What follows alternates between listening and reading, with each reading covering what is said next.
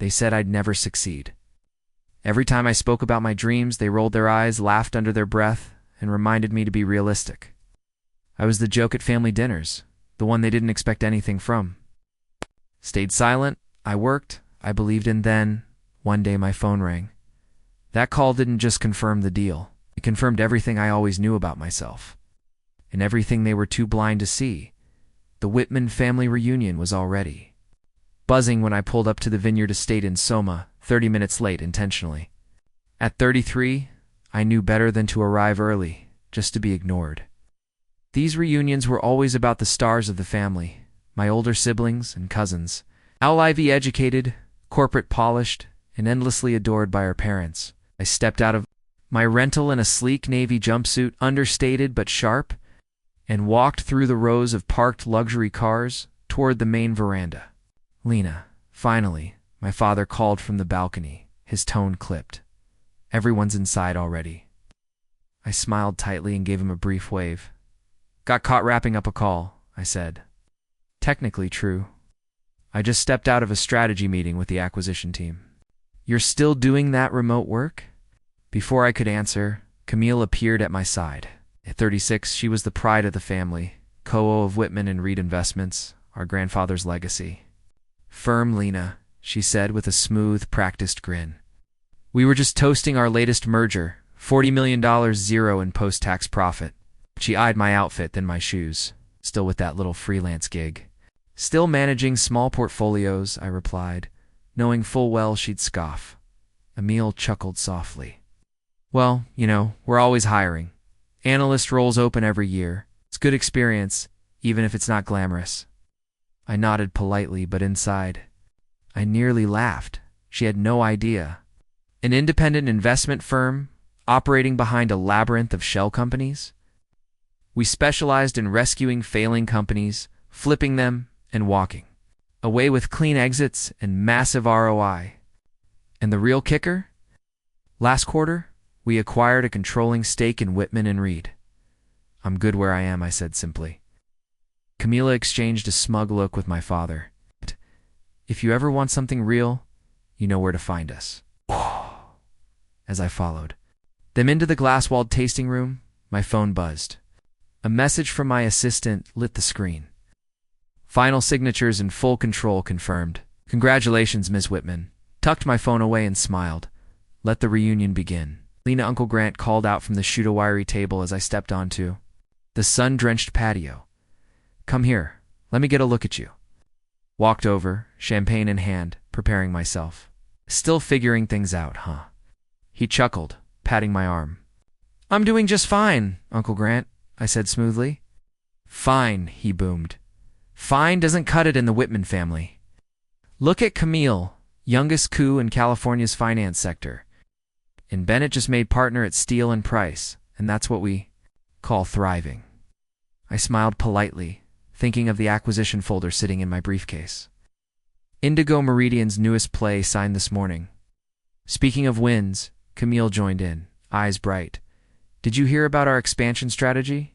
We're buying out 3 boutique firms in the next quarter. Tech adjacent, very scalable. Analysts are calling us the next juggernaut."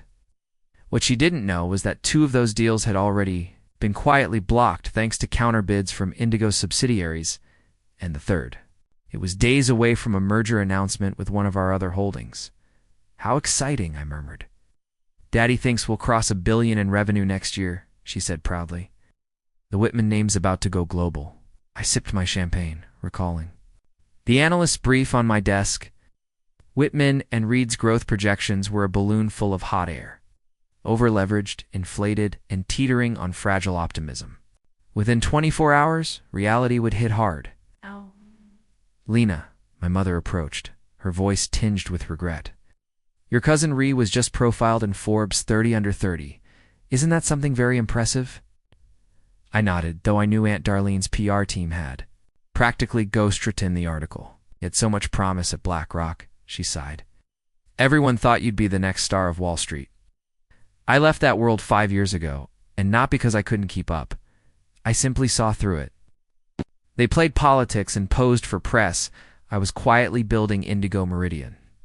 We now controlled $50 billion, 0 cents in assets across 4 continents. Times change, Mom. Before she could respond, Camille clinked her glass loudly. I have news, she beamed. Whitman and Reed is going public next month. Initial valuation for $1 billion. Cheers erupted. Uncle Grant whooped, and Bennett started talking. Yeah, upgrades. Camille turned to me, faux sincere. You should invest, Lena. Might help you finally build something of your own. I thought about the team still working back at Indigo Meridian's San Francisco office. Analysts triple-checking every figure for tomorrow's release. I'll keep that in mind, I said coolly. Poor thing, I heard Aunt Darling whisper to my mother behind me. She just never found her footing, did she? My mother sighed. All those degrees, and for what? No husband, no house, no real title. I checked my phone, unsurprised to see the message waiting. Final sign-offs complete. Press release queued for 9 a.m. Perfect timing. Camille caught the glance. Work emergency? She asked with a smirk. One of your side gigs falling apart. Something like that. I smiled, sipping my drink. Actually, Camille, I've been curious. Whitman and Reed's plan for the Southeast Asia portfolio. I heard there were some concerns with the semiconductor pipeline. Her face stiffened just enough to confirm I'd hit a nerve. Oh, no. That's not public knowledge, she said flatly. Where did you hear that? Well, you know how things travel in our world, I said, letting the silence hang. Especially with companies headed for an IPO. She straightened. Everything is fine. Our IPO is proceeding exactly as planned. Oh, what you did? No, was that Indigo Meridian had spent the past year acquiring majority stakes in 3 of Whitman and Reed's primary suppliers and 2 of their debt holders. We weren't just watching their IPO. We were about to own it. Of course, I said, voice velvet smooth. I'm sure it'll all go just the way it's meant to. The evening wore on, rounds of toasts, bragging, and backhanded comments aimed at me. I let them roll past, glass in hand, expression unreadable. As the party thinned out, Camille leaned in. You know, Lena, you could still come work for us. Entry level, of course. But family looks out for family. I studied her. Oh, you're absolutely right. Camille, family should help family. She laughed lightly, not sensing the shift in my tone. You'd be surprised, I said, checking my phone one last time. Everything was greenlit. The next morning, I sat alone in my penthouse overlooking downtown San Francisco. Presswire notifications started pouring in, and the Whitman family empire began to crumble. The San Francisco skyline gleamed in warm hues as the sun crept higher. In exactly 1 hour, the business world would wake up to a new reality. Whitman and Reed Investments was no longer under family control. Marie, my executive assistant, appeared. At the door, press releases locked and queued. All board votes confirmed. You're officially in. I adjusted the cup of my tailored navy suit. Custom Chanel, a rare indulgence reserved for days like this. Camille HQ, prepping for the IPO press. Conference scheduled for 9:30. That press conference, I said with a faint smile, won't be happening. Right on cue, my phone buzzed. A message from Camille, about our talk. Still time to buy in before we go public. Family perks included. I didn't respond. I opened my laptop instead. Indigo Meridian acquires controlling interest in Whitman and Reed Investments, effective immediately. Executive leadership has been reassigned by board approval. At precisely 9:00 p.m. clock, the news dropped. Brains across my office lit up. Breaking: Whitman and Reed acquired in surprise takeover. IPO plans dismantled as Indigo Meridian takes control. Mystery powerhouse strikes again. Indigo Meridian CEO revealed. My phone detonated with alerts. 7. Missed calls from Camille. 10 from Uncle Grant. Even Bennett, the cocky new law partner, was trying to reach me. At 9:15, Mary returned. They're here, all of them, downstairs. I didn't even need to ask who. Send them up. Camille burst into the office first. Her blazer is skew mascara. Stir. What the hell did you do? She hissed. This is illegal. You can't do this. We're announcing our IPO today. Uncle Grant followed, face red, fists clenched. Where's the CEO of Indigo Meridian? I want to speak to them now. Mom, Dad, I said softly. They stopped cold. Speaking to her, silence fell. Camille stared, her mouth opening, then closing again, speechless. Uncle Grant sank into the nearest chair, stunned. My mother clutched her pearls, eyes wide. Thanks. Impossible, Camille whispered. I stood slowly, letting the weight of the moment settle. Is it? I said. Indigo Meridian, founded 5 years ago, now manages over $50 billion 0 cents in global assets.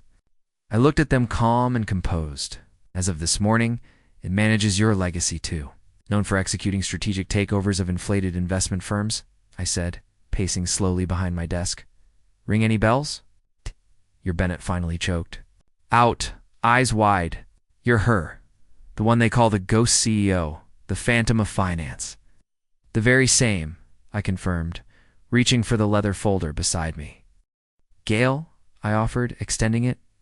Want to see the real numbers, not the polished fiction you've been feeding investors? She snatched the folder with trembling fingers, flipping through pages dense with audited data and internal communications. Her face drained of color. These are internal reports. These are confidential. How did your semiconductor play in Vietnam is collapsing? I said calmly. Your revenue forecasts for Asia were fabricated by a contractor you failed to vet. 3 of your VPs began offloading stock last quarter. Quietly, Camille opened her mouth. But I didn't let her speak. Should I continue? Uncle Grant finally found his voice. Now listen here, young lady. I said, sharp but cool. You listen. You built this illusion of the indestructible Whitman legacy. It was just that, an illusion. I tapped a button on my desk. The wall of screens behind me flickered to life, cascading with graphs, audits, market data, all exposing the truth. The company's real valuation is under $1.8 billion. Zero. Your inflated IPO number was a fantasy kept alive by wishful thinking and media spin. And now that IPO is dead, Camille collapsed into a chair, her posture unraveling with her pride. Why? She whispered. Why would you do this to us? I gave a quiet laugh to us. This is the family that laughed when I left BlackRock, that offered me internships while I was building a global empire. You were trying to help, my mother said weakly. No, you were trying to box me in, mold me into someone safe and small. I stepped forward, locking eyes with them. But success isn't about fitting into your world. It's about creating mine. Uncle Grant narrowed his eyes. So this is revenge. This is business, I said. In Indigo Meridian acquires underleveraged, overhyped firms and turns them into something real. Your firm happens to share my last name. That's just irony. Bennett straightened his tie. The board won't allow it. They already did, I replied evenly. You check your phones? I said calmly. Right on cue. Chorus of vibrations filled the room as their devices lit up with breaking news.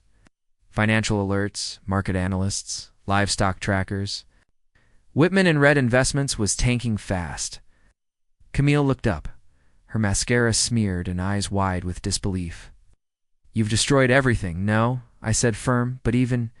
I've saved you from yourselves. Indigo Meridian specializes in turning around over-leveraged, legacy-bound firms like yours. In 6 months, Whitman and Reed will be stronger than it's been in a decade. Just not under Whitman leadership. And what happens to us? My mother asked, voice low and uncertain. I pressed another button. The screens shifted again, this time showing contracts, valuations, transition plans. You'll all receive fair market compensation for your shares. Current executives will be offered generous severance. Then I gave the smallest smile. And if anyone's looking to rebuild from the ground up, I might have a few entry-level openings.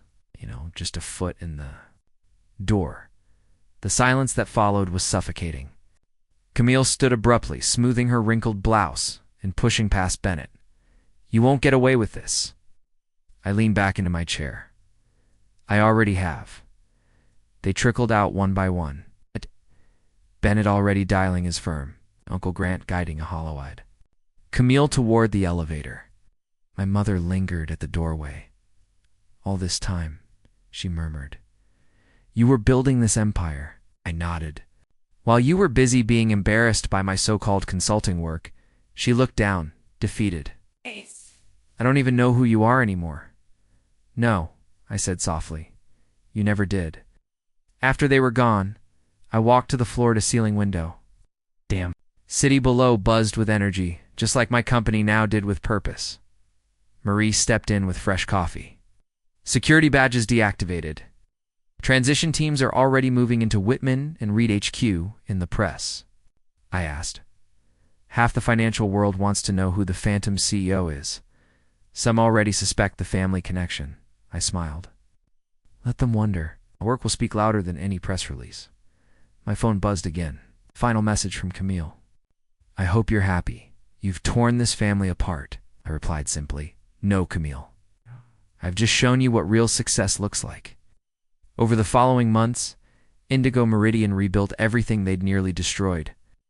The stock price after its initial drop began to recover, then rise, fueled not by hype or last names, but by actual performance and transparency in calling me down. I kept my word about the job offers. Bennett now works in Indigo Meridian's legal department. Entry level, of course, but he's learning fast. Itmeal declined hers, still too proud. But Uncle Grant surprised everyone by accepting a role as a senior advisor. Turns out, once you strip away the ego, the man actually understands legacy systems and infrastructure. He's useful when he isn't trying to turn every meeting into a monologue. The next Whitman family reunion was held at the usual place, Aunt Darlene's Vineyard Estate in Napa. But the guest list was shorter. The champagne still flowed, but the conversations were softer, less bragging, more reflection. And me, I sat where I always did, quiet, observant, glass in hand. "Lena." Camille approached near the end of the night. Her heels were lower this time. So was her tone. "I've been thinking about what you said about what real success means." She hesitated. "That position you mentioned, is it still open?" I studied her for a moment. "Come by the office on Monday," I said. "We and LT, Unc, and GT will talk." Driving home through the hills that night, I thought about how the Whitmans had always defined success: press coverage, tailored suits, and hollow pride. But I'd learned success could be quieter, found in stability, integrity, creation, even. If no one cheered your name. The next morning, I arrived at Indigo Meridian early. The firm's logo shimmered on the glass facade above me. 40 floors below, the old Whitman in red name was being taken down. Ree handed me coffee. Board meeting at 10. Next acquisition on the agenda. I smiled. Perfect timing. Let's redefine success again. If you've ever been the quiet one in the room, the one overlooked, doubted or dismissed, you know exactly how my story feels. I didn't speak louder to prove my worth. I built something that spoke for me. So, if you've ever had to rise in silence, I'd love to hear your story in the comments. Tell me when you stopped explaining yourself and started building. Tell me what success looks like to you, and here's my advice. Don't wait for the world to recognize your value. Don't let family, friends, or titles define your ceiling. Sometimes the greatest moves are made without announcement, till the results make the noise for you. Oh, and if you've made it this far, you're clearly not here for surface-level stories. You're one of us, the builders, the quiet architects of something bigger. So stay close. I don't do motivational fluff. I share blueprints because next time they doubt you, I want you to be ready with strategy, with clarity, with receipts. Subscribe if you're tired of the noise and ready to win smart, silent, and strong. Success isn't loud, but it's unforgettable. When done, there's a certain kind of pain that doesn't scream, it simmers. It's the pain of being underestimated by your own blood. Of walking into a room full of people who are supposed to love you and instead feeling like a walking disappointment. I knew that feeling well. Every family event was a reminder that I didn't fit their mold. I didn't follow their path. I wasn't the polished lawyer, the steady engineer, the predictable success story they could brag about. I was the risk, the dreamer, the one they always expected to fail. And maybe that's why I didn't tell them what I was building. I didn't want to hand them more ammo for their judgment, so I kept my head down. I worked late nights. I poured everything I had into my idea. I failed more times than I care to admit. But every time I hit the ground, I got up not because I wanted to prove them wrong, but because I wanted to prove myself right. Then came the day that changed everything. We were all gathered another birthday, another round of casual dismissals dressed up as conversation. Still chasing that thing? One uncle joked. When are you going to get a real job? Another asked. I smiled like I always did and kept my answer short, but in the middle of their laughter, my phone buzzed. I stepped outside to take the call. It was the investor I'd been pitching for months. They loved the vision. The deal was approved, funding secured. My business wasn't just alive, it was about to scale. I stood there for a moment, phone still pressed to my ear, frozen not by shock but by relief. It had happened, not in some distant future, but now. When I walked back into that room, everything looked the same, but everything had changed. Didn't need to announce it. I didn't need their applause. The confidence in my step said it all. Slowly, they noticed. Their eyes softened. Their laughter stopped. Questions changed from mocking to curious. I had already moved on from needing their belief. That call wasn't just about money or validation. It was a mirror. It reflected who I had become. Someone who bet on themselves when no one else did. Someone who stayed committed even in silence. Someone who knew that success isn't about being seen early. It's about showing up when it matters. So, to anyone who's ever been doubted, dismissed, or ignored, remember this. You don't owe anyone a timeline. Keep building. Stay quiet, if you must. But never stop believing in the version of yourself they can't yet see.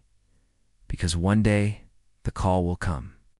And when it does, the silence in the room will speak louder than all their doubt ever did.